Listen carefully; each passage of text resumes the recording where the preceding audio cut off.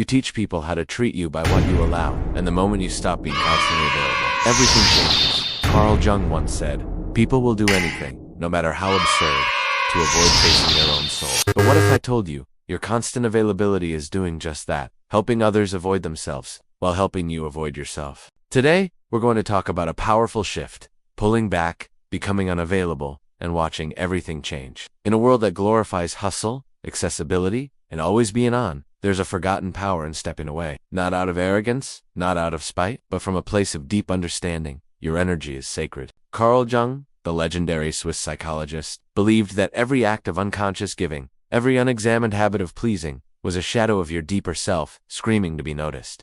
And the moment you start noticing, that's the moment your life begins to change. This video is not just motivation. It's a lesson in psychology, in boundaries, and in the powerful transformation that comes from silence and space. Jung introduced the idea of the persona, the mask we wear to function in society. But the danger comes when we become the mask. It's not fake. It's necessary. Always available, always smiling, always giving, always saying yes. He wrote that the privilege of a lifetime is to become who you truly are. But how do you do that when your life is lived reacting to the needs of everyone around you? Withdrawal, strategic, intentional withdrawal, is how Jung saw the process of individuation, becoming whole, as one that required solitude. When you say no to the noise, you begin to hear the whisper of your own truth. When you stop being available, you give space for your real identity to emerge. Psychologically, constant availability is a trap rooted in fear. Fear of being forgotten, fear of not being needed, fear of confrontation, fear of abandonment. But Carl Jung would argue that this pattern is your shadow at work.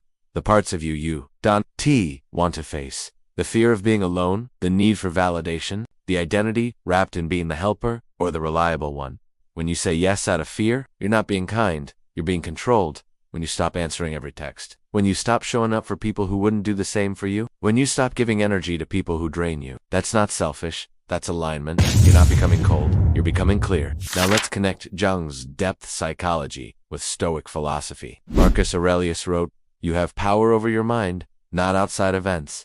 Realize this, and you will find strength." What's more outside than the expectations of others? Stoics taught the art of emotional discipline, being calm, clear, and firm. Not distant, just centered. Being constantly available is the opposite of Stoic virtue. It means your energy is ruled by others. Your time is owned by external events. Seneca said, "Associate with people who are likely to improve you. Welcome those whom you are capable of improving." The process is mutual. So ask yourself, are the people you're available for helping you grow? Or are they just comfortable with your boundaries being soft? When you pull back, you make space for better relationships. Ones built on respect, not convenience. This is the turning point. The moment you stop being available, here's what you'll see.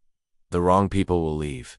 And that's a gift. The right people will adjust. They'll respect your space. Your confidence will grow because you're no longer stretching to be liked. Your focus will sharpen because your mind isn't scattered by drama. You'll feel peaceful because your energy is protected.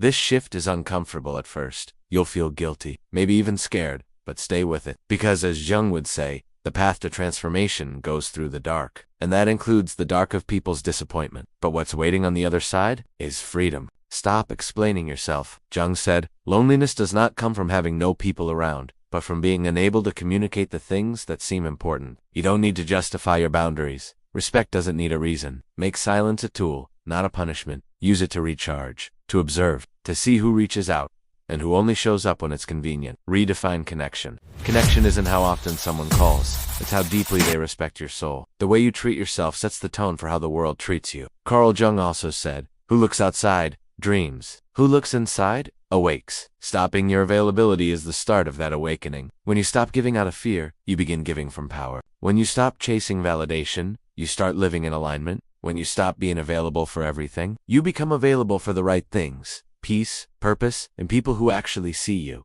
If this message resonated, you're not alone. You're not crazy for needing space. You're not wrong for pulling back. You're healing, you're aligning, you're awakening. If this helped, like the video to support the channel, drop a comment. I'm reclaiming my energy. And subscribe for more content on psychology, stoicism, and reclaiming your mind. Your energy is sacred. Protect it like it matters, because it does.